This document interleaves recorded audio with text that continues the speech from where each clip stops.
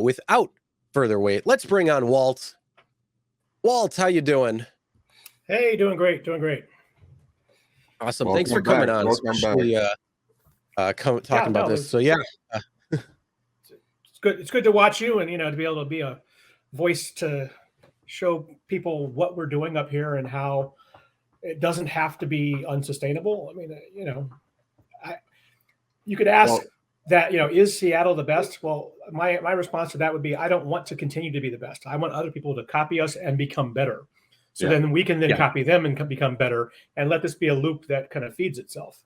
Yeah. So, well, before we jump into everything you sent us, as far as screenshots and earnings and whatever not, just give me like a quick 1 minute setup of how all of this started. Like, was it union efforts? Was it legislative efforts? How did you guys bring these companies to the table to get what you wanted, right?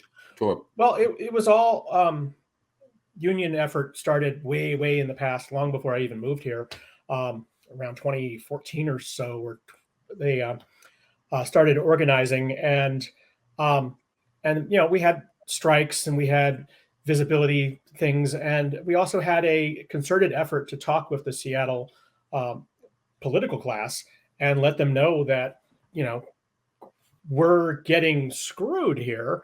And so, we have to find a way to make this sustainable for the drivers. And by doing that, we were able to gain enough political will, but we wouldn't have had that voice if we didn't gather together as a union. And in our case, we affiliated with Teamsters 117, and they had connections, and they had a way for us to be able to talk with the mayor, to be able to talk with city council people, rather than just some person on a street corner going, hey, listen to me. And so that ability to have a voice is what carried the day in Seattle, and created a model which we were able to then say, hey, look, this is working, but the rest of the state needs it. Yeah. And so then we were able to leverage that with allies in Olympia, the state. And so we were able to get them to make a model based on the Seattle one. And there's some changes, and there's some things that are not as good and some things that are a little better. But this time around, when we went statewide, however, we wanted to make sure that we weren't going to get referendum and have a Prop 22 come here. Right. So we were able to get limited buy-in, if you will, from Uber and Lyft. And so they had a little bit of say as to, some things they thought were too extreme, and they're like, no, we're not going to have that. And it was a give and take, but the end result, however, is a lot better than what we had before. And, it's providing us a lot of the benefits of employment without the downsides of employment. And right. Give me a quick snapshot of, I always call the Seattle model, let's say, obviously the highest Uber X and Lyft standard rates by far. It's not even a question about that. Yeah. But I also call it, you guys have about 70% maybe, or maybe close to 80% now with the new proposals that you guys are putting forward of employment rights or employee rights and staying independent contractors, which is what by every survey, all gig workers want to stay, right? They want to stay independent. They don't want to be employees of these companies. So, give me like a quick snapshot of what you guys have in this package. Obviously, the rates we're going to discuss in a minute, so forget the rates for the moment, but what did you guys receive in this package? Well, on top of the rates, we have sick leave, which is earned at about a 1 to 40 rate. So for every 40 hours of passenger time, we get 1 hour of sick leave at the passenger time rate, which is much higher than your overall rate. I mean, mine's about $67 per hour, something like that, which is, more than what I actually make. But, we have deactivation protections, which is critical because day after day, you see somebody come in and get rear-ended when they're waiting for a passenger, and then Uber says, okay, have a nice day. And you're just left hanging because they see you as a easily replaceable cog in a big machine, and you're disposable. But now we actually have a right to keep our job and not be wrongfully deactivated without just cause. Okay. And And so we're also in the pipeline. I mean, it's been approved to get the pilot program for the Family Medical Leave Act stuff, and we're getting workers' comp.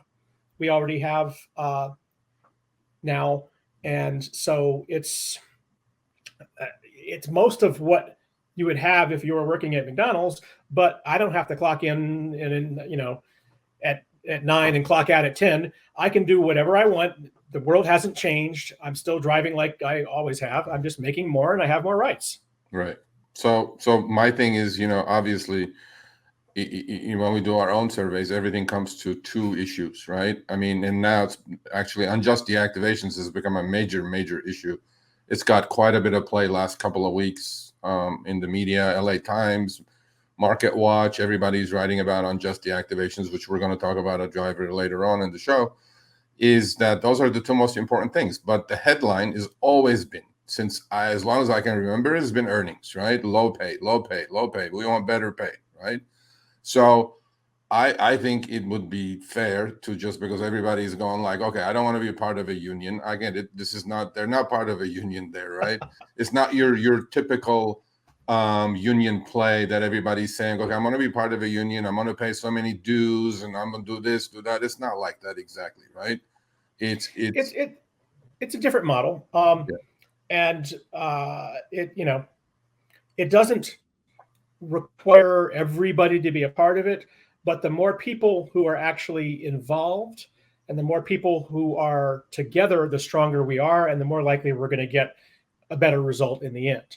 And so, that going forward in just Seattle alone, we've had 400 plus drivers reactivated in the last year and a half or so that we've been doing this.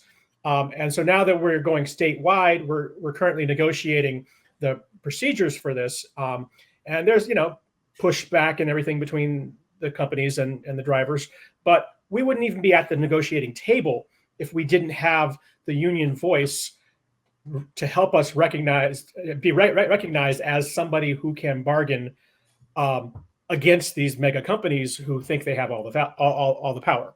Yeah. So, I mean, but yeah, on to the money. Yeah, onto the money. Yes, show me the money. All right, hold on. Before we go on to that, there's somebody in here, Vinny, who just made a comment right here. He said the Seattle model going national would bankrupt the system of rideshare. It wouldn't survive. Now, you've had it in Seattle and then it expanded into Washington State. How is the model in Washington working? Is it actually sustainable? Has it dropped? Are there issues? Real quick, what do you say to that?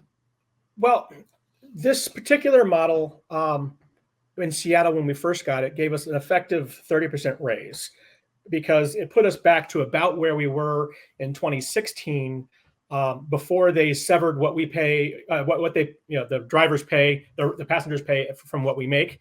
And so effectively it was a 30% raise. At the same time, what Uber and Lyft did was put a 50% increase in the passenger's price.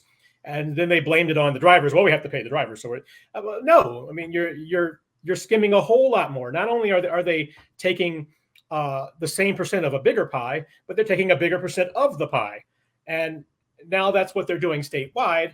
And Uber and Lyft, if their business model is not sustainable without them having to take more than half of every fare, well, then honestly, we need to find somebody who can come in here and do this right. But we can't just go along with status quo if it's unsustainable for the drivers and have the drivers subsidize passengers getting free rides. Yep. Just like Uber and Lyft used to do with their venture capitalists. I don't get a 500 million infusion every year. Absolutely. But you know what, though? I mean, I understand Vinny's comment here. State of Washington obviously is not California, right? It may not be exactly the same model that may work in Massachusetts or in Chicago or in Illinois or in Colorado or whatever. That's not the point. The point is, without union backing and talking to legislatures, without those two groups backing the driver cause, these companies are never going to come to the table, and it's going to get worse and worse and worse. That's a fact. That's the Yeah, trend. you could say, I like what we have now. What we have now is worse than what it was, and it's just continuing to slide down. Yep, but that's been the trend. I mean, I'm in LA. I'm in one of the biggest markets of Uber has, and the trend has been my friend. I've gone through 6 fare cuts, including this last one. So to me, these companies, exactly what you said. I mean, maybe the business model stupid, but it is what it is, right? You cannot keep just taking away from the driver and keeping it yourself. You just can't keep doing that. But let's talk about, I think, you've had this thing for about 1.5 years, right? This model in existence. Okay. Yep. In its current package, right? Going back to, again, that comment, has ridership declined? Is Uber is making the same amount of percentages they were making before, but rising tide lifts all boats. So you guys are making more money, right? And the passengers are paying. So I mean, I looked at the numbers. I don't see a decline in requests. I don't see, ridership collapsing, right? And then drivers are waiting hours and hours for a request. I don't see that happening. So to me, if it's working there, and Seattle is what, 600, 700,000 people, like it's a pretty decent sized city, right? So metro areas are good 2 million or so. Yeah. Okay. So to me, it's like, I think it's doable, and not, again, exactly duplicate what you guys have, but obviously every city has their own cost of living, all these things could be adjusted, right? I mean, so let's talk about that for a second, right? Let's talk about you're still on a time and distance rates. You do not have upfront fares, right? No upfront fares. Okay. And you still don't know where you're going, correct? We get a lot more information now. Lyft will tell us, will show us on the map exactly where we're going. Okay. And Uber will give us, actually, I think they give us the almost full address or the street name and city and zip code and stuff. So we have a pretty good idea where we're going. Yeah, obviously, but if they're showing you the rate, you can kind of figure out, reverse engineer it and figure out how far the ride's going to be. But me and Chris, we always would say, that when you are not on, obviously, on many shows, that currently with the upfront fares, the acceptance rates in the country are collapsing, literally, like they're taking a nosedive. Okay, because some of the trips that we see is just absolute horrendous, right? Mm-hmm. So I ask you this, but then now publicly you can announce it. What is your personal? And we always said if we had Seattle rates, we would accept everything. our acceptance rate would be like 95%. So what is your personal acceptance rate? Well, it just dropped down to 90% last night. Usually in the last couple months, it was around 92 to 93%. It just dropped. Holy crap. Uber, if you're watching, look, that is how you fix the acceptance rates right here. Yeah, right there. I mean, to me, it's like, okay, so let's look at this list. Okay, this is from this. We didn't make this up. Walt sent us this little screenshot here. The TNC Washington State Minimum Wage Act, and it basically breaks down. It might be hard for you to see if you're watching, if you're listening. This might be obviously you won't see it, so we're going to kind of explain it. But yeah, it's the 2023 minimum driver rates. And they have it broken down where it's trips starting in Seattle and it could end anywhere the greater of. So that could be, as long as it starts in Seattle, no matter where it ends, that's within Seattle, it's got different rates. And then trips starting outside Seattle and ending outside Seattle, the greater of, have a different rate. And then trips starting outside Seattle and ending inside Seattle have kind of dual rates. A hybrid rate. Whatever happens whatever happens within Seattle has a different rate than it does outside the city of Seattle. Right. Unless you're taking somebody outside the city. Everybody settle down here on the chat because chat's flying now. Now, everybody, please listen carefully to these numbers. Let's see where you guys are at compared to these numbers. Okay. Go ahead, Walt. Tell us what the 3 different rates are: the hybrid version, Seattle, within Seattle, and outside of Seattle version. Everybody listen to this. Within Seattle, we're getting $1.50 per mile, and we're getting 64 cents per minute. Okay, right then and there, that's $40 an hour. 64 cents a minute is $40 an hour. Yeah. Yeah. And a minimum trip ride. So long. if you're taking somebody 3 blocks, you'll always get at least, was it $5.62? Yeah, there you go. And so outside Seattle, we get the 127 per mile, 37 cents per minute, and a minimum trip of $3.26. And the reason for the minimum trip is because, oh my gosh, we gave up like the $1 per ride initial starting fee before the fares kick in. So that makes sure that we don't end up making less for the small rides. Okay, I guarantee you, Walt, I guarantee you there are a lot of people who also have to drive XL and maybe Lux, Lyft Lux and things like that. And I have a lot of drivers who do that. I guarantee you these rates, okay, that for Uber X and Lyft Standard are higher than XL and Lyft Lux and or Uber Comfort or whatever they are by a mile. Okay. Especially the time component. Okay. Now I'll give you a quick comparison. You'll continue with these rates. Before upfront fares in Los Angeles, with the cost of living crazy increases that we had, our rates were 60 cents a mile and 21 cents a minute. People listening to this, 60 and 21. And I'm sure we did a show actually with Chris putting up major cities minute and mile rates. They were very similar, 62, 64, somewhere 70. Okay, we're talking here $1.50 a mile and 64 cents a minute in Seattle. And on the low end, $1.27 a mile and 37 cents a minute. Anybody comes close to this, please email me, Sergio at RideShareGuy.com. So go ahead, Walt. Yeah, so these numbers are only applicable when you have a butt in the back seat. So if you were making 60 cents a mile, but only getting paid for about 60% of your total miles, then you're actually only getting paid 40 cents a mile, which means you're losing money. Absolutely. Every mile you drive. Yeah. And that was before the upfront fares, and the upfront fares weren't put in to make us make more money.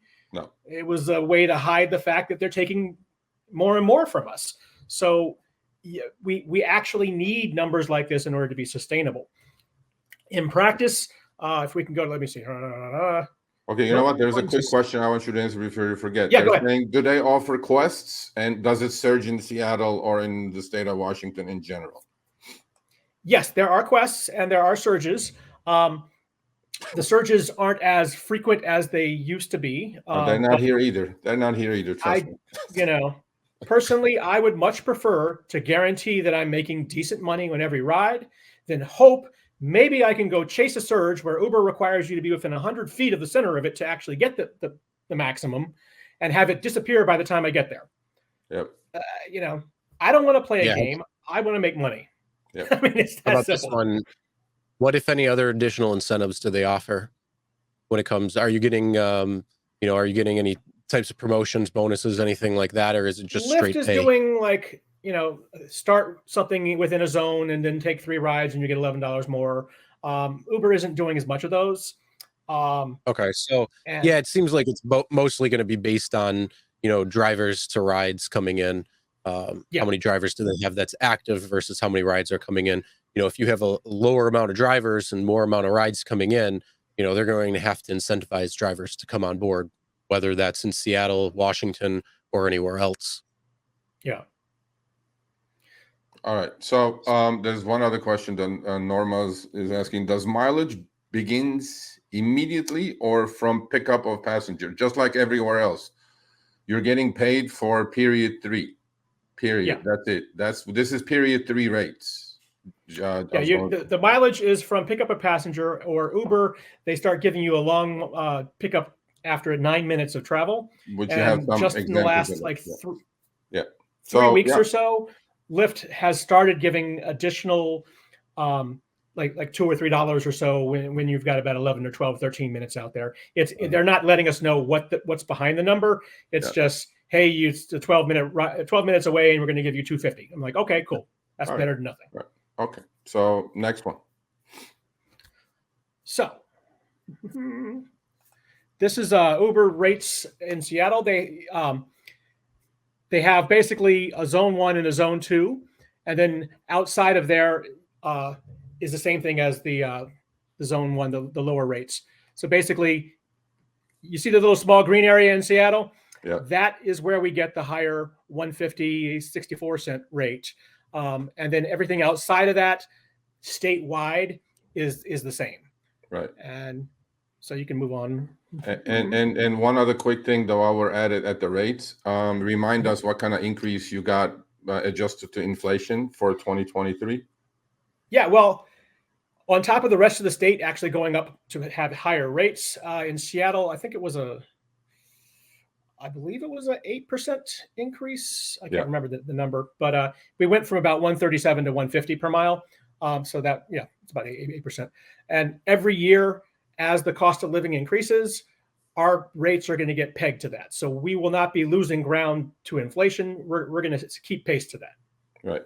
And the next one shows our Seattle Lyft rates. And again, in Seattle, they're advertising the same thing.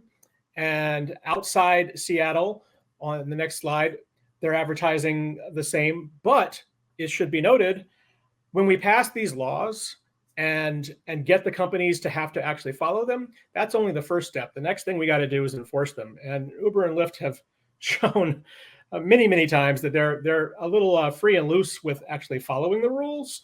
And in this case, you'll note it says per mile 127 and per minute 37 cents.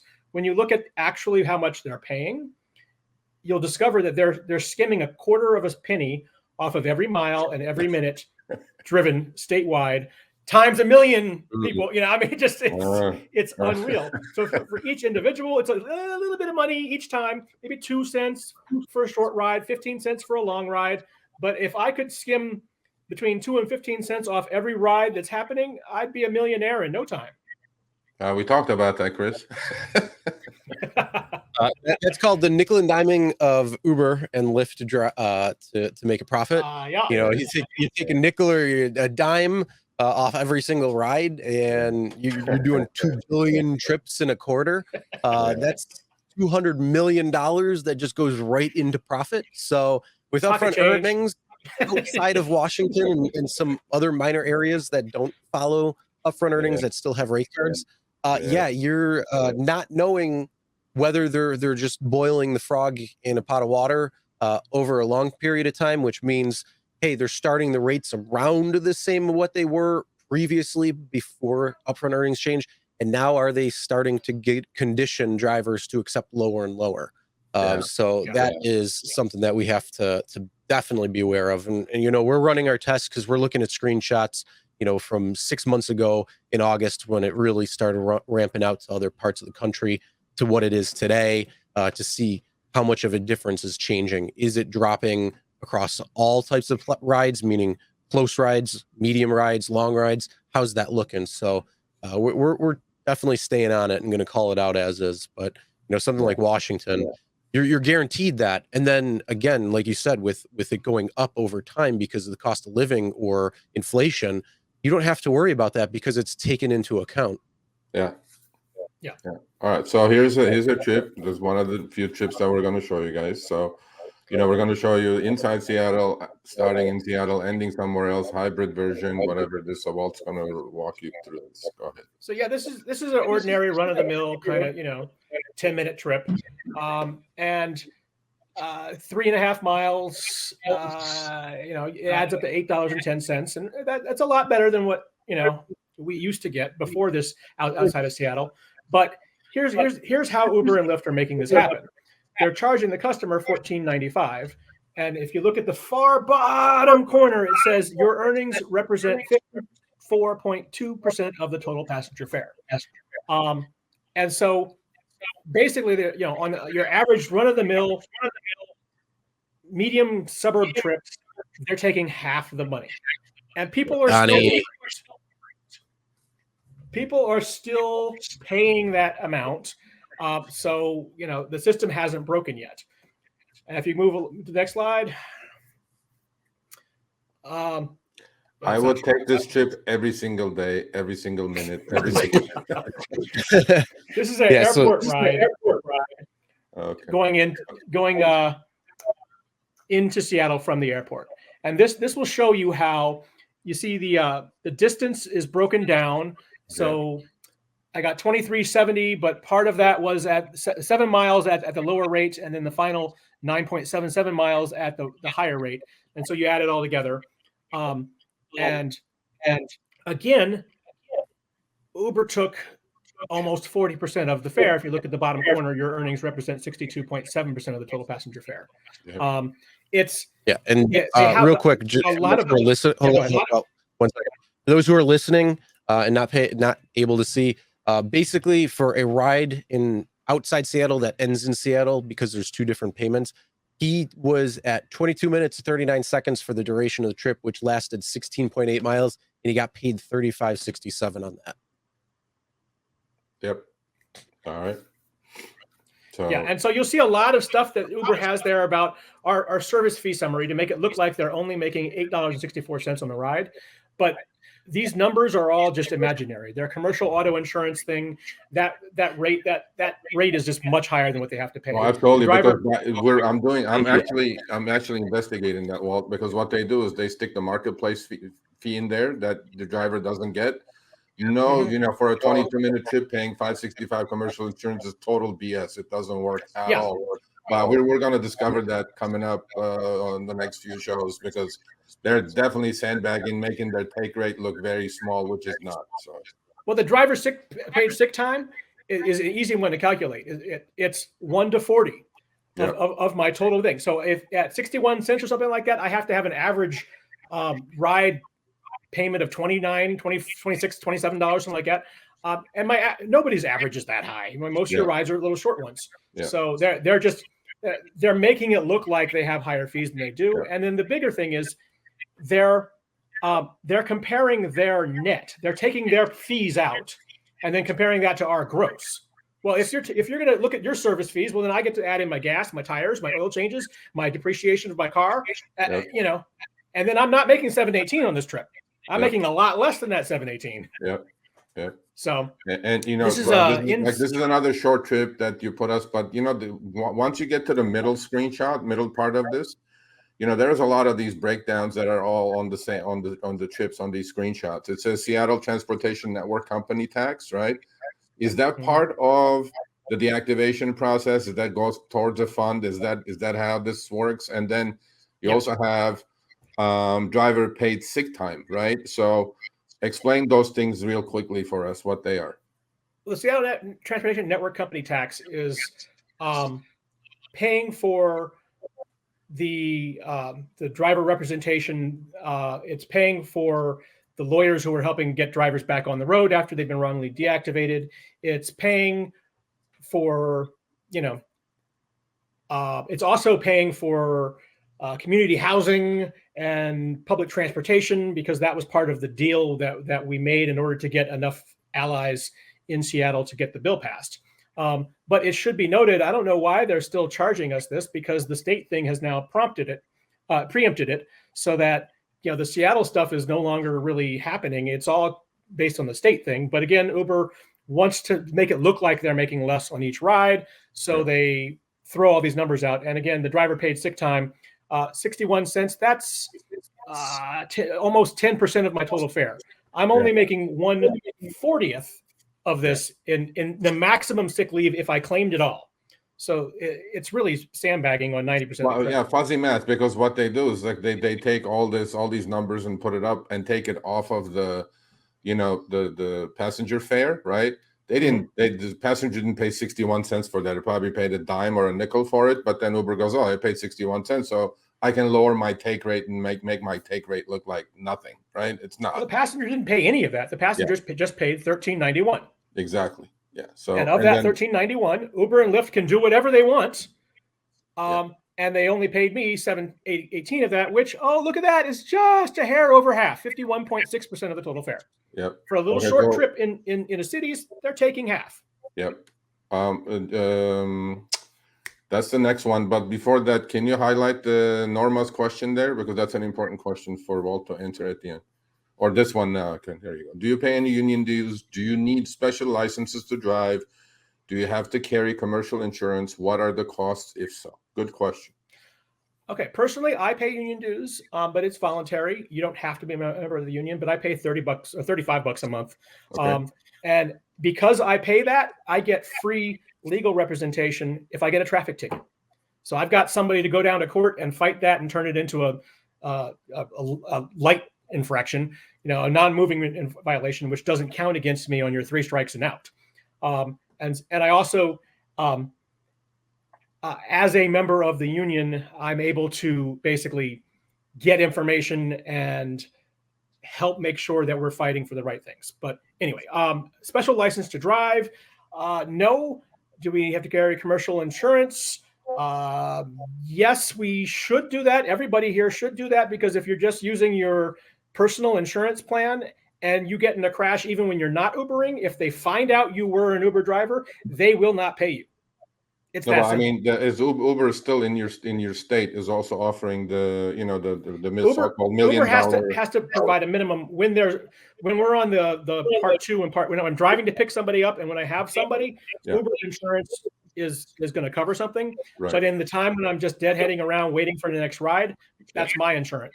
Right. And again, if you don't get a RideShare add-on, and a lot of drivers don't, you're really playing with fire, because once you get in a crash and they find out you were an Uber driver, they're going to drop you like hot potato.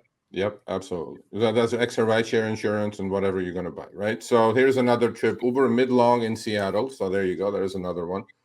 I would do this trip again, all day long, but I will never get this in LA. I would not even come close to this. For this length and duration, not a chance I would get this fare. All right, we're time, so I'm gonna. Yeah, hold on. We're a little tight on time, so what I'm going to do is I'm just going to run through these real quick, and then we can, kind of do a quick discussion right after. We're going to go over some of the rest of the Uber rates and then a couple of Lyft, just so people can hear. So this trip, it's $24.56 for 17 minutes, 18 seconds, 7.9 miles. And again, this is happening within Seattle. The next one is $49.25 in earnings. This is an Uber long one outside Seattle, and you're getting 24 minutes 44 seconds at 23.7 miles. Then you're getting another one of Uber long airport ride outside Seattle, and this is 47 minutes and 44 seconds for 36.2 miles, and your earnings is $74.51. Then the next one is 41. Again, the earnings are $41.40, 31 minutes, 7 seconds with 14.3 miles. And again, this is from Seattle, within Seattle to the airport. And then going on, also Uber long outside Seattle. This one is 36 minutes and 6 seconds and 24.9 miles for an earnings of $46.94, basically $47. And that is going through the Uber rates, then going on the Lyft rates, if you just want to run through these real quick too. And then we can talk about the, kind of the takeaway from that. Yeah, the first one is within Seattle. Outside Seattle, a short ride, and that's where you're getting the minimum of $3.26. Right. And we can't go below that. And $3.26 is not a lot of money, but at least we're getting more than $3. And then the next one is a outside Seattle long trip, which I got $50 for 35 minutes, 47 seconds, and 29 miles. And the next one is a starting in Seattle long-ish trip. So it was 35 minutes and 17 miles starting in Seattle, which I made $53.85 on. And and we have a medium-sized trip outside Seattle, 8 minutes and 4.19 miles for $8.30. And then the last one is starting in Seattle. It's sort of a medium trip, 11 minutes 55 seconds and 5 miles for $15.19. And on these, all of them will note the time. It says 0.3675 per minute. That is a quarter of a penny less than what it should be. and the distance is 0.12675, not 127. Again, a quarter of a cent per mile, skimmed off every ride statewide. Good old Lyft. There you go. There's 2.5 cents here, 2.5 cents there. But and we're going to hold to it. This is so it's not over here. So we have like a couple of minutes left. I hope there's back pay coming to you from all of these miscalculations here. Yeah, all this. Our good friends at Labor and Industry will be on the beat. Yeah, hold on to the firewall. So a couple of questions that comes to mind is this: are you a full-time driver or a part-time driver? Full-time. Full-time. Now, you don't have to divulge this if you don't want to, but then I'm sure a lot of people are going to ask, well, with all these rates, this guy must be swimming in cash. Or since these rates are so high, there is such oversaturation that your utilization factor is maybe like 30%, because who would not want to drive? I mean, these are questions that would come to my mind. I'm sure they're asking it because the chat's flying today. So I'm going like, but those would come to my mind that I would ask you. Like, what is your, if you want to, you don't want to, it's fine. Weekly gross for a decent week that you drove, let's say maybe 40 hours. Okay. And is there oversaturation in your market that you're seeing that we're witnessing pretty much every other major city in the country? Well, if I'm doing about 40 hours gross week, usually gets me around 15. If I'm pushing it really hard, I'm doing like 65 to 70 hours, and usually around 19 to 21, 2200. That's online hours, right? Yes. Okay. And how about? And some of that actually would be higher if I mean, sometimes I live about 80 miles away from Seattle, up in Bellingham, and honestly, this area has always been oversaturated with drivers, and so I've always gone down to Seattle to make money. I stay local every once in a while, but it just makes sense to go where all the action is.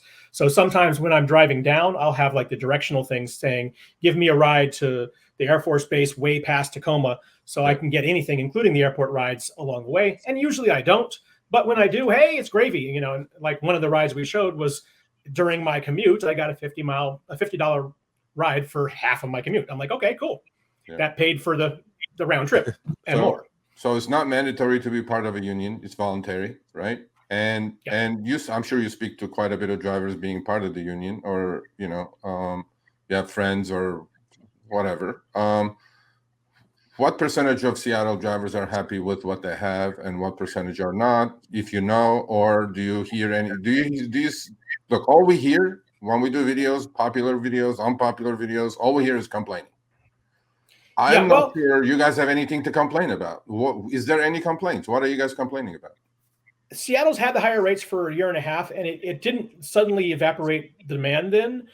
It should be noted that this year, I think demand has gone down a little, largely because of the layoffs and the layoff fears in the tech industry, and we're a big tech area. Microsoft and Google and all that, everybody's running scared. So that makes it less likely that people will want to pay $70 to come all the way in from Redmond to go downtown to party each way. And so that's depressing it a little bit.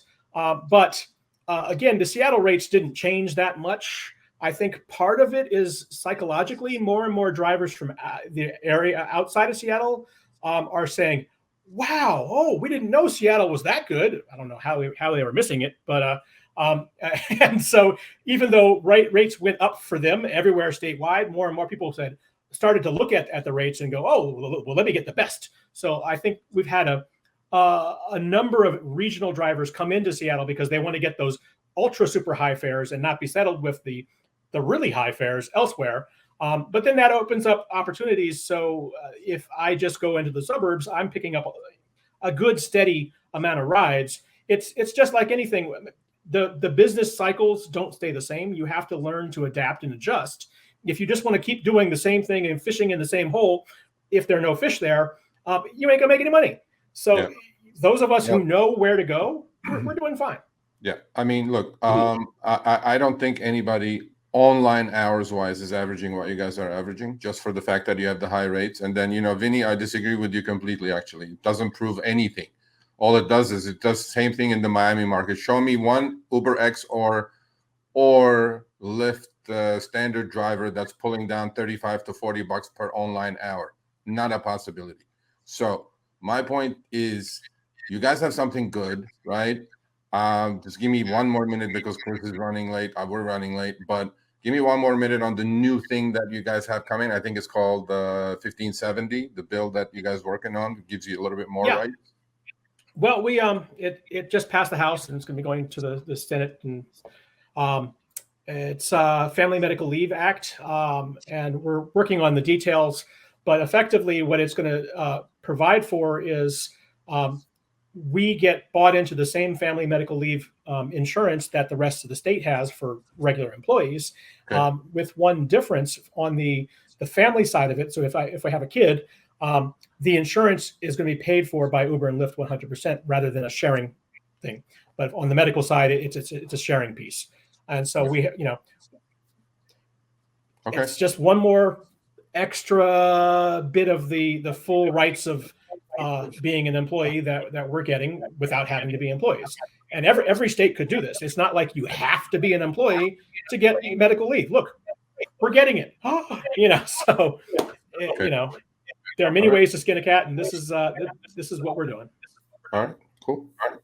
Well, you have any other questions? Coming on and sharing all that, do you have one last thing that you want to say when it comes down to it? I mean, if you go to the slide Q, the Uber IPO quote. Bingo. That one. That one. I remember this one. and don't take my word for it, people. But we keep talking about how Uber is going to take less and less, pay us less and less and less. They admitted it. You can go to the link here. It's on the SEC page in their IPO filing.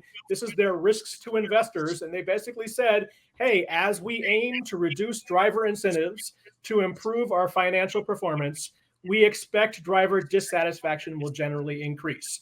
And that's what we call legalese for as we pay you less, we expect you to not like it. Yep. Holy cow. And so, I mean, they admit it. And that's what the upfront pricing has all been about. It's so that we can find a way to just make the same ride. One day they'll pay you $8. The next day they'll pay you $7.50. Next day it'll be $7.35 and $7.25. And before you know it, we're all chasing that same ride for $4.25. Yep. And as long as people are willing to take that lying down, they are happy to take it from us. But if we stand up, there is another way. We all deserve to have rates similar to like what Seattle's doing. And I don't want to be the ones who are highest in the country, as I said before. Other places need to be able to adopt things like this and find other ways to improve the benefits. And then we can then have a stronger thing to push us to get better, and then everybody can get better. So let's do this. Yeah. All right, thanks for watching. That short little clip was from our live stream, Show Me the Money Club with Sergio and myself, Tuesdays, 6 p.m. Eastern, 3 p.m. Pacific. Make sure you subscribe, turn on all notifications so you get notified when we go live, as well as all of our awesome content. Make sure to check out this video right here, which will take you to the entire live stream, or check out this video right there. All right, drive smart, everyone.